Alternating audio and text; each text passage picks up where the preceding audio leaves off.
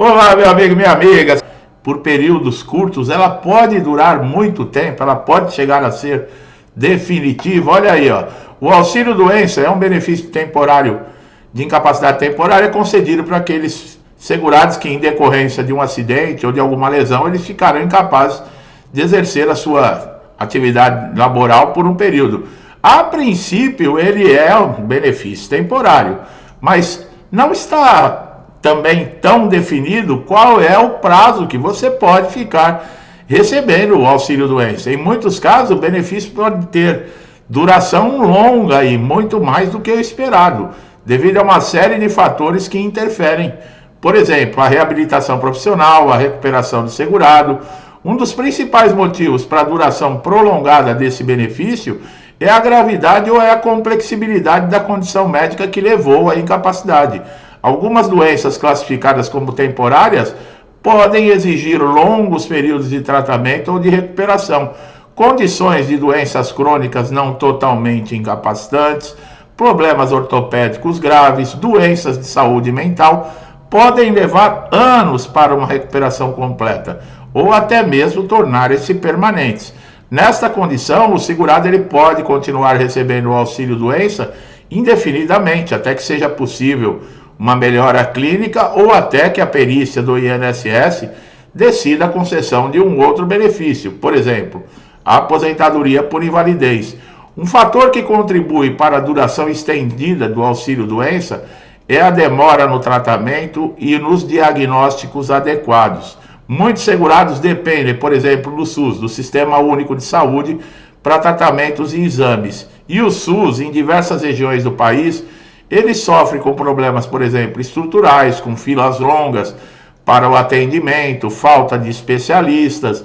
Isso pode retardar significativamente o tratamento de doenças, fazendo com que o segurado permaneça afastado do trabalho por um período bem maior. Sem acesso rápido a tratamentos adequados, o quadro de saúde desses beneficiários pode se agravar ou não evoluir conforme o esperado, aumentando o tempo da concessão do benefício. Olha só, e realmente não é todo mundo que tem plano de saúde, não é todo mundo que a empresa paga, por exemplo, um plano de saúde. E para se fazer exames, muitas vezes, fazer um tratamento, principalmente de doenças crônicas, ou mesmo, como vocês viram, exames, isso pode se demorar por um bom período. E nesse caso, o auxílio-doença ele vai sendo estendido, que é o benefício de incapacidade temporária, ele não é muito temporário, não. Além disso, o sistema de concessão de benefício do INSS permite que esse benefício ele seja renovado sucessivamente por meio de novas perícias. Quando o segurado passa pela perícia, o perito constata que ele ainda não tem condições de retornar ao trabalho, o auxílio-doença é prorrogado.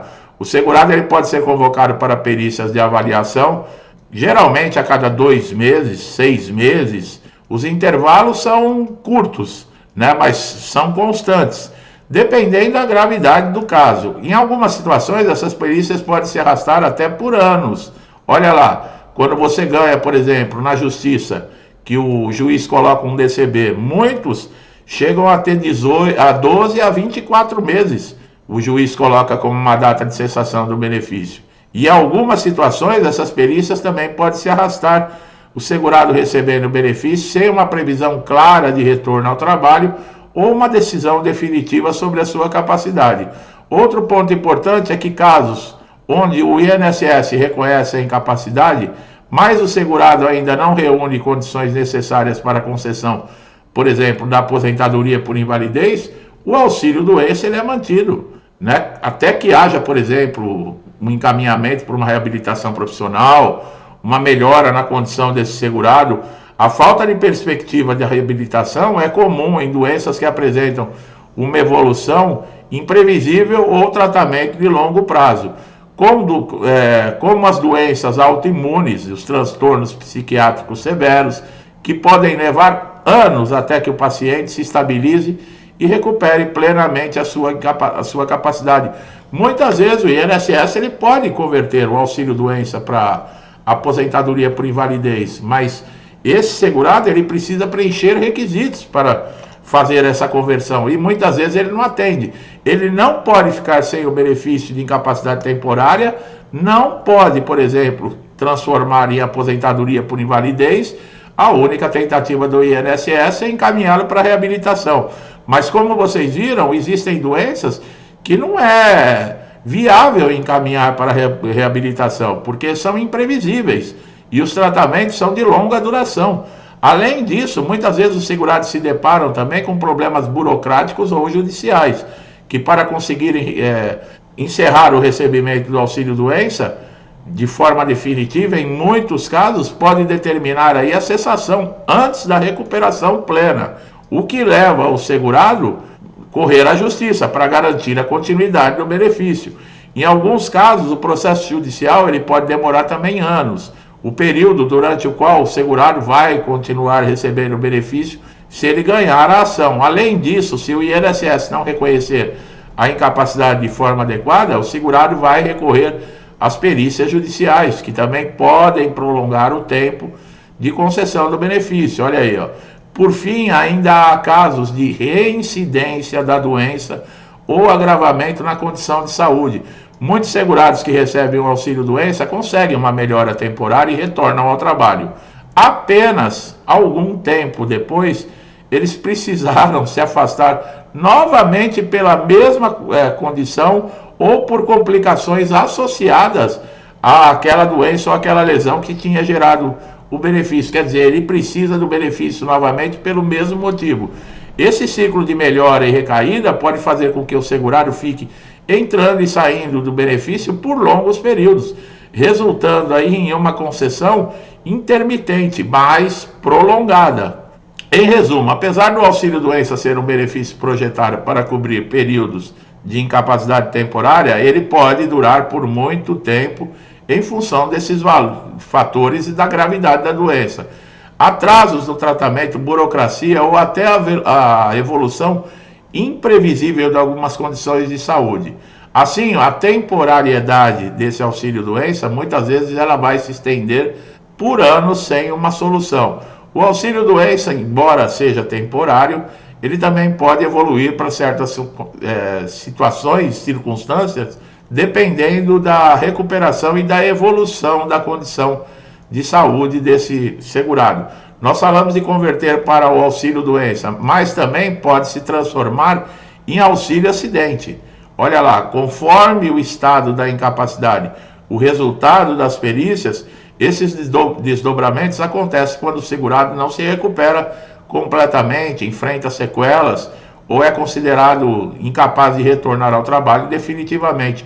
O auxílio-acidente é aquele benefício indenizatório que pode ser concedido após o segurado ter o fim do auxílio-doença, e se ele, por exemplo, retornar ao trabalho, mas com uma sequela que reduza a capacidade de exercer a sua atividade laboral anterior, a transformação do auxílio-doença em auxílio-acidente, ela ocorre quando a perícia constata que o segurado não se recuperou completamente do acidente ou da doença que afastou, mas ainda ele pode desempenhar atividades com algumas limitações. Nesse caso, o auxílio-acidente ele é pago como uma compensação da perda parcial da capacidade do trabalho. Por isso que ele é considerado um benefício indenizatório, porque ele, nesse caso, ele é pago como uma compensação. O auxílio-acidente é menos comum do que o auxílio-doença, mas é importante porque não impede que o segurado retorne ao trabalho. Mesmo com condições e limitações causadas por sequelas, o segurado ele pode voltar ao trabalho e receber o auxílio-acidente como um complemento do seu salário. O valor do auxílio-acidente é o equivalente a 50% do salário-benefício, quer dizer, a metade do que ele recebia de auxílio-doença, o que significa que se ele representa a metade do valor calculado para o auxílio-doença, esse benefício se mantém até que o segurado se aposente ou venha falecer. Olha só, pessoal, e muita gente não sabe. Muitos têm alta no auxílio-doença, têm uma sequela que diminuiu a capacidade e retornam ao trabalho, e o perito ele não comunica e não concede o benefício. Quando o segurado tem conhecimento que ele pede, aí o perito fica sem saída.